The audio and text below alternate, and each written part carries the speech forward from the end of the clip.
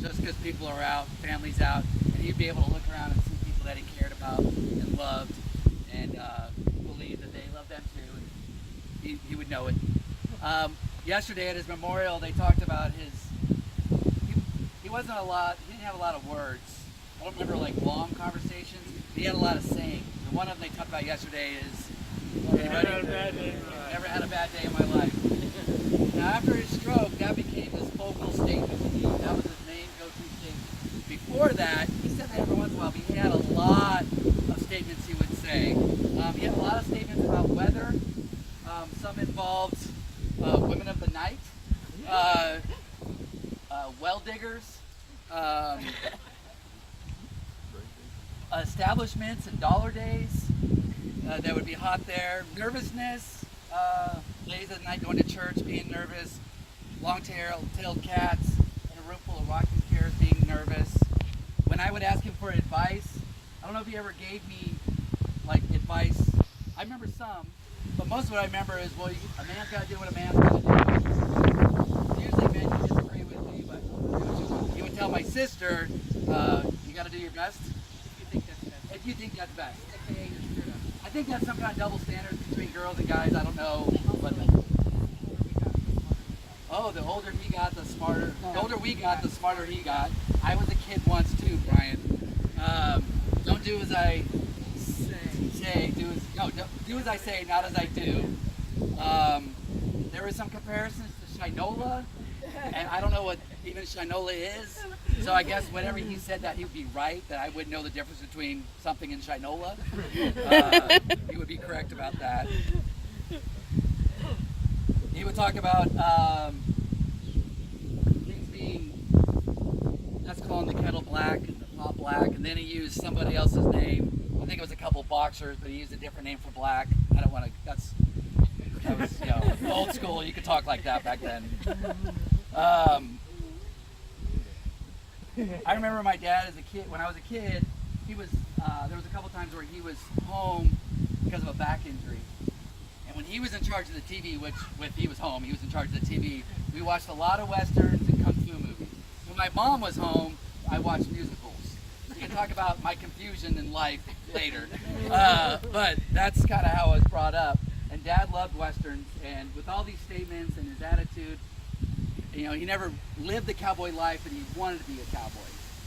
He probably would quote Toby Keith's song, "Should have been a cowboy." I mean, that's how he wanted to live. And his two favorite movies were Jeremiah Johnson and Lonesome Dove. And I can't remember the quotes, but in Jeremiah Johnson, there's a song, a theme song, and it says, "The story doesn't always go the way you had in mind." Jeremiah, or I would say Chuck's story, was that kind of story. I don't know what my dad had planned in his life. I don't know if it went the way he wanted to go. Mom having an aneurysm, that was definitely not his plan. His back surgeries, his cancer, his stroke, that definitely wasn't his plan. But he was tough, and right now if I say, well, that's because he was a Marine, he would correct me and say, once a Marine, always a Marine. Right, once a Marine, always a Marine. And he just rolled with life, and he was blessed. And at the end, that becoming his focus, I never had a bad day in my life. I believe he really believed that. He didn't look at the negative, he looked at the positive. And in Lonesome Dove, now I don't know what dad character he thought he would, be more familiar with. I always saw him more as Robert Duvall's character, Gus. But he might have thought he was Tommy Lee Jones. I don't know. He might have thought he was Danny Glover. I don't know. Ricky Schroeder. So, but when they buried, the last thing that Woodrow said to Gus, last thing Gus said to Woodrow was, "It's been quite a party, hasn't it?" I don't know if Dad would use the word party, but I think he would say it's been quite a life, and he loved his life. The other thing I just want to mention about some of his quotes before I move on to this Lonesome Dove. When we were little, he had so much respect for my mom, and he would tell me and my sister, "You treat her like Jesus Christ. I don't care if Jesus Christ comes down and tells you to do something, you check with her first." Sacrilegious maybe, but I get the point of how much respect. And as Jesse spoke yesterday, part of his never had a bad day of his life, or the main part, was because he got to spend 50 years with her.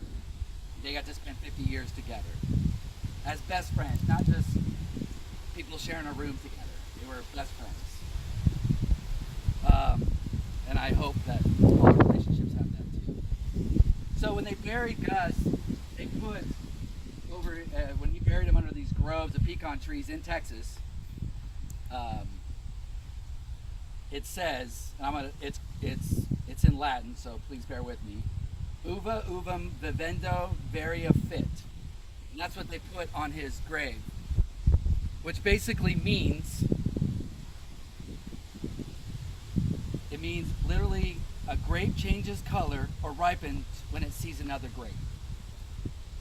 So if you knew Chuck, if you knew my dad, you gained something for him. Just being around him, just because of his personality. Even after the stroke, and you could tell that he was a difference, he's still friendly, loved people, and would touch you. And people would, we have so many stories at the nursing home, how the ladies, not that he touched them, but what I'm saying is that the lady, he might have, I don't know. The ladies, the nurses there, male and female both, loved my dad. And he would get up every morning and apparently greet them and do comments like, about time you got to work. People that used to work with him at the restaurant, they wanted to give him a yellow pad so you could take notes of how they're doing wrong, because that's what he did when he owned the restaurant. And he would steal food. For some reason, we didn't think he was eating, but then we'd find chips, and he drank cherry Coke from one of the nurses.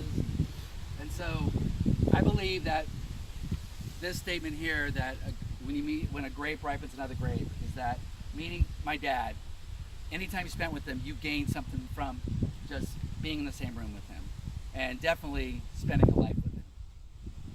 So, thank you guys. He would have loved this.